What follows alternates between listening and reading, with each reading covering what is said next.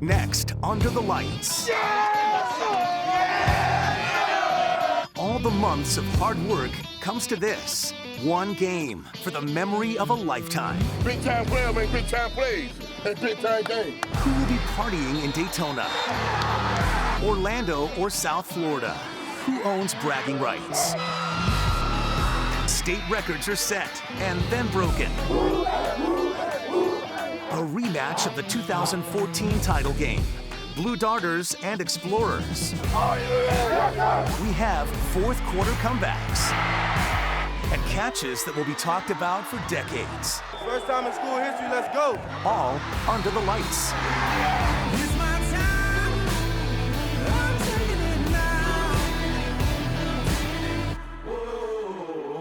Well, hello there, and welcome to Under the Lights, Florida High School Football Final, driven by Honda. I'm Dave Aizer, she is Kailey Mizelle, and we are ready to recap the second weekend of state championship football. That's right, we planted the flag in Daytona, where classes 4 through 8A took on each other. Now, we've already crowned 3 champions. Madison County is the Class 1A state champion. Chaminade Catholic is the 2A state champion. And Chaminade Madonna, they were able to three-peat the 3A state championship. And if you're keeping tabs at home, South Florida is 2 for 2 for state titles. But Dave, we're not paying attention. I am a little, because I'm from South Florida, but I digress. We start by diving right into the 4A bracket. We said a couple of weeks ago the state champion was probably the winner of Cardinal Gibbons and Booker T. Washington. Booker T was a 4 seed, having to play one more round of games, but they end up facing the 1 seed out of Jacksonville in Bowles, an 11-time champion in the history of the tourney. Bowles, being the 1 seed, received a first-round bye. Then they crushed South Walton 62-6. They beat Bradford by 10, and a late touchdown helped them pull it out over Cocoa, the competition getting tougher each round. Booker T. Washington was the 4 seed. They had a much tougher schedule to get to Daytona. First up, Carroll City. They took down 1 seed Gulliver Prep. Oh, and they finally took down the defending state champion, Cardinal Gibbons, for the regional title as safety, the difference maker against Lakewood. A tough road to Daytona for sure. The first game in Daytona, Bowles versus Booker T. Washington. A rare Ja'Cory Brooks fumble in the first sets up Bowles. Ben Netting hits Dave Ellis, but Booker's Anthony Hungley strips the ball. But it takes a hop to Cade Frew, who darts into the end zone. 7-0 Bowles. Weird play. Booker T needs a TD, so Tori Morrison finds Ja'Cory Brooks on the fade. It's Morrison's 35th touchdown pass of the year. Bowles answers. Netting avoids the blitz, rolls out, hits Cade Frew. Frew wiggles his way down the sideline and into the end zone to make it 14-7. Frew betcha, Kailey. After a Booker field goal, Bowles finds the mismatch with Frew out of the backfield again. 45 yards later, it's 21-10 Bulldogs, and that's how we got to halftime. Frew better believe it, Kailey. In the second half, it rained, it poured, and Booker T scored. Tori Morrison to Ja'Cory Brooks again. Brooks with his second TD, and it's 21-16 Bowles. Very important here. Booker goes for 2 to make it a 1-score game. Morrison to freshman Adam Moore, 21-18. Just over 5 minutes left. Booker needs a stop to get something better. Defensive end Tramal Logan Jr. sticks Netting, causing him to cough up the ball. The Tornadoes with a huge momentum changer. Now, the play of the season for Tori Morrison. 4th and 13, needs it. He hits Macho Arza with a one-handed grab, keeping the dream season alive, and that's all you need to give Morrison. He avoids the rush, and he finds pay dirt with just 2 minutes left. Booker T takes the lead 25-21, and that's how it ends. The comeback kids become state champions for the 6th time. Congratulations, Tornadoes. Let's hear from the coach and the QB. With those kids, I go to war with them anytime, and they have heart of the line. They fought, and I think they made some plays at the end when you don't think you should make the plays, and the kids made the plays, and that's how we came out victorious. We've been fighting adversity all year, and we wasn't going to let that one stop us. We know we were better than them. It was just off little mistakes, but we were going to defeat the mistakes. We're going to do better, and we came out victorious. Talking about adversity, let's talk about that one-handed catch Macho made. He dropped 2 balls earlier in the game. Morrison still had the confidence to go to him, saying he thought Macho was better than their guy. Macho goes over the top of the defender, snatches it down with one arm, and that's our Vico catch of the week. Well, that was quite a dramatic ending, and if you're keeping score at home, South Florida is now 3 for 3. 2A, 3A, and 4A belong to the South. Next up, 5A action and another battle within the battle. South Florida versus Orlando. While some say the state championship game was held in Plantation a few weeks ago, Orlando Jones has a heck of a season, and they've got defense to hang with the Bulls. Jones, the only top seed to make it through to the final. Jones got by Wakulla to make it to its first finals in tournament history. Meanwhile, Northwestern looks to repeat as state champs for the third year in a row. The only difference is a dropping in class for the Bulls, who went from 6A to 5A.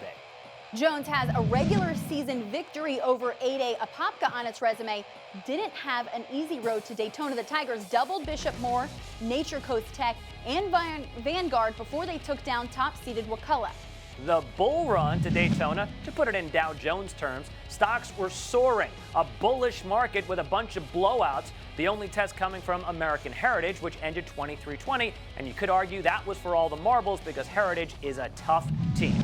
Well, Dave, we've covered Jones all year long, and they have a case for having the best running back in the state with Avarius Sparrow. A Saturday matinee for the 5A state title bragging rights. Sparrow gets some running room early. Sparrow, the setup man, getting the Tigers close in his 61-yard run, sets up himself. 3rd and goal, Sparrow takes it in. Fighting Tigers go up 7-0, and after a muffed punt, Northwestern's Nathaniel Noel goes 6 yards, and we're all 7'd up. Not finding much running room, the Bulls go through the air. Freshman Teron Dixon finds Khalil Brantley for the 45-yard gain. Bulls at the 10, and that ends the first. Start the second. Dixon finding Marcus Fleming for the 17-yard touchdown pass. 14-7 Northwestern. Jones not going away. They march down the field. Sparrow adds a 6-yard touchdown, and now we're tied at 14. That's how they went to the halftime. Max Edwards must have given his team an amazing pep talk, because within 5 minutes, they marched down the field. Noel adds another touchdown.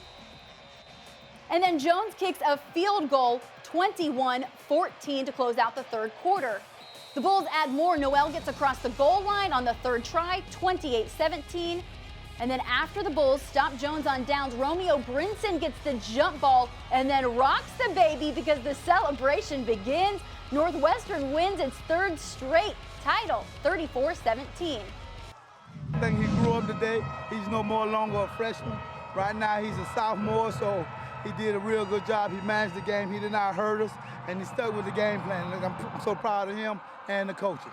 It feels great to be somewhere everybody said I couldn't be, which is a state champion. Everybody said I couldn't be here. I was too young. In the locker room, we just went and sat down. We were like, we know we got it. Just come together and play as a team more. And then we made some adjustments for on the field, and then it worked, so we stopped them.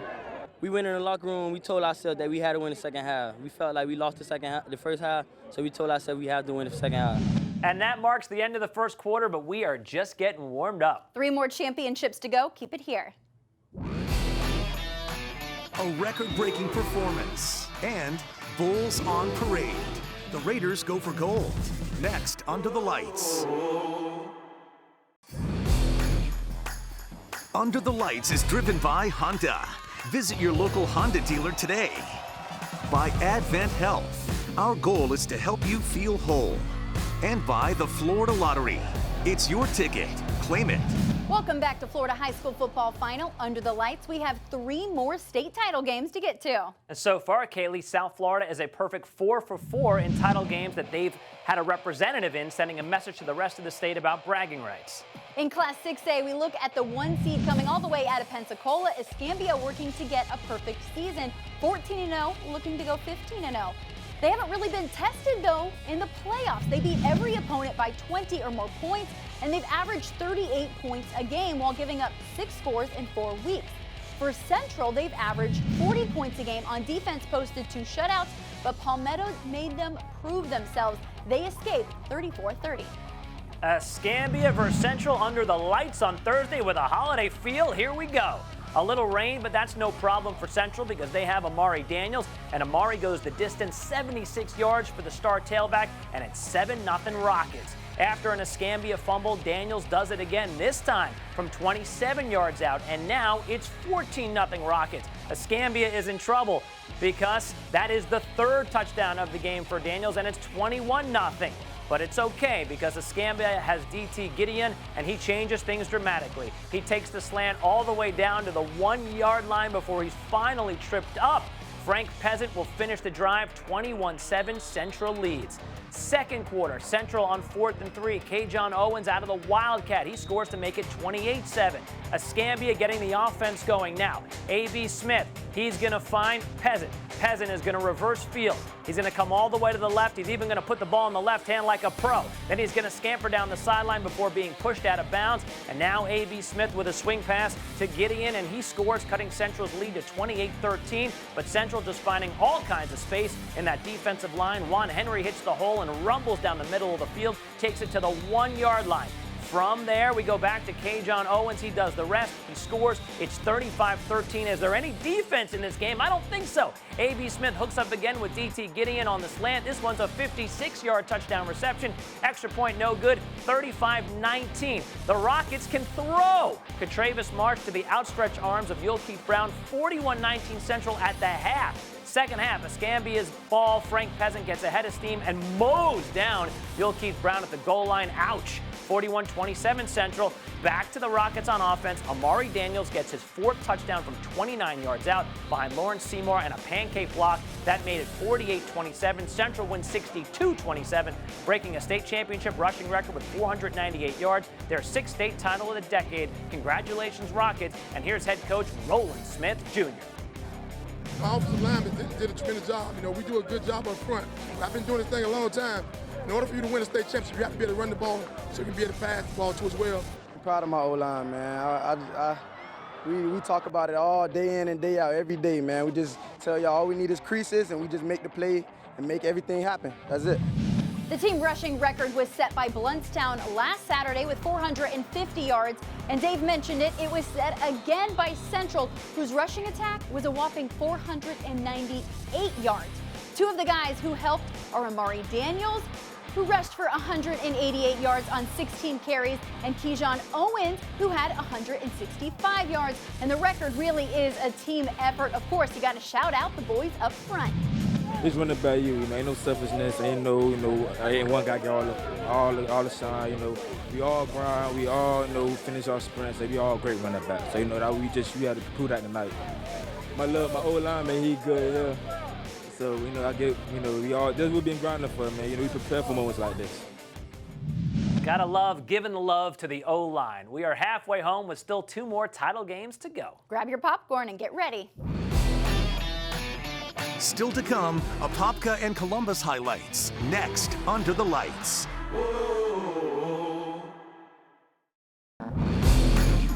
Under the Lights is driven by Honda. Visit your local Honda dealer today. By Vico Painting Contractors, a commercial painting company that delivers top quality work and excellent customer satisfaction. And by Orlando Health, a not-for-profit network of leading community hospitals. Welcome back to Under the Lights. We have 2 huge games to get to, and believe me when I tell you, we have saved the best for last. It's time for our big boy class 8A, Apopka and Columbus. The Blue Darters just 1 loss on the season to 5A Jones, taking on Columbus, who dropped 4 games, but head coach Dave Dunn says it was a growing experience for his team, and now they've won 7 straight. Apopka's road to Daytona included beating Flagler Palm Coast, Bartram Trail, shutting out Seminole in an Orlando battle, and the Blue Darters ended Steinbrenner's Cinderella run 41-15. Columbus's run to Daytona had them scoring 50 against Coral Gables, 35 against Miami, and 36 against a Western defense that hasn't given points like that this season before the Explorers took down Deerfield Beach 28-21. Apopka and Columbus met in the 2014 state finals. Apopka won that game. Can Columbus get redemption? The Blue Darters did not mess around. First play from scrimmage, quarterback / running back Jaquan Lohman gets loose. This guy is a safety's worst nightmare. Big play, but we've seen this before. Columbus bends and doesn't break. They hold at the goal line. Lohman is stuck, and I mean stuck, by Dustin Venice. Sebus recovers the ball. Crisis averted, and the fans are pumped. But the Explorers punt 2 yards. Yikes. Thank you very much. And Lohman makes him pay with his 24th touchdown of the year, 7-0 Apopka at the end of the first quarter. Columbus gets on the board with Xavier Henderson's jet sweep off left tackle. That makes it 7-7, and now the Blue Darters are looking to answer back. Apopka is not known for its passing attack, but they say, yeah, take this. Lohman scrambles. He might have actually passed the line of scrimmage. Watch where he releases this, but he finds Jalen Williams for the touchdown. No penalty. It's 13-7 Blue Darters at the half. Third quarter. Check out number 88, Jalen Carter, a pancake block.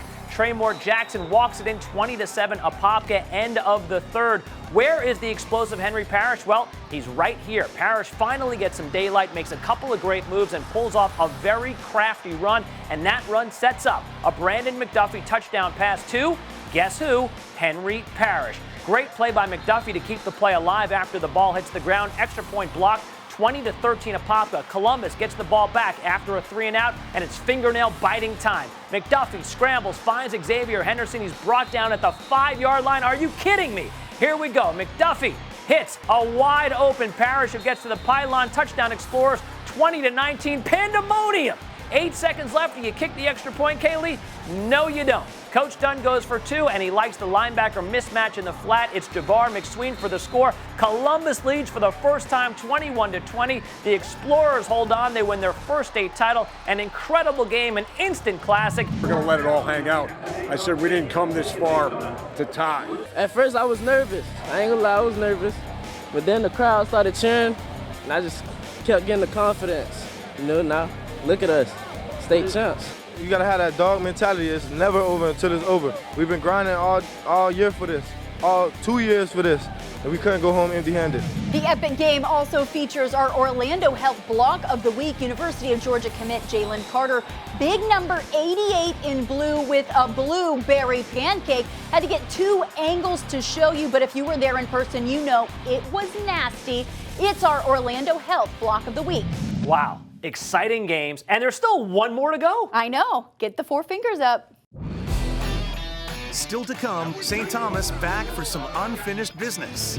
Can Edgewater soar on? Next, Under the Lights.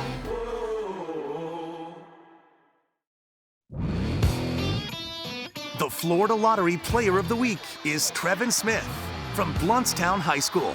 Trevin was a part of 2 state records last week for the Tigers. Smith ran for 365 yards, which set the single-game rushing record. Congrats, Trevin. Fans voted you the Florida Lottery Pick 4 Player of the Week. And for this week, we're going to switch it up and get you to vote on our plays of the year. First up, this touchdown highlight went viral. Henry Parrish runs against Belen where he broke 7 tackles. It was the most shared on our account.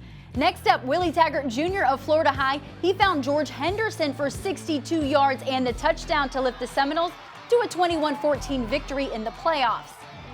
Up in Jacksonville, Bartram Trail needing a score uses the old hook and ladder trick. A.J. Jones gets the pitch and scores.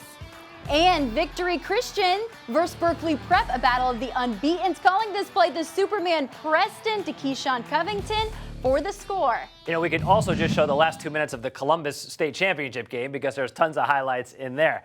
Well, we usually end with the 8A game, but since the 7A game was the last one played on Saturday, seems like the appropriate place to end.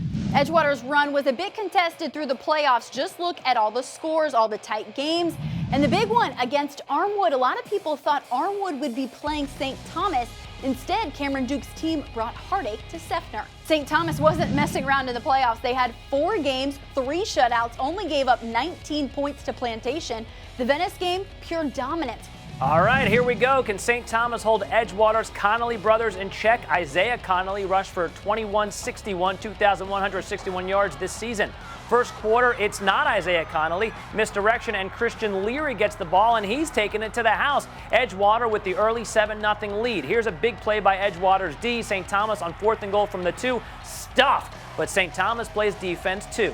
Derek Wingo is one of the best players in the state, and now you see why. The QB sack gets his team pumped. But Cameron Duke's Eagles had a great game plan, and here's Leary with another long run, and once again, he's headed all the way to the end zone. This would make it 14-0, and St. Thomas is on the ropes. Can you smell upset? Not so fast. Great teams answer.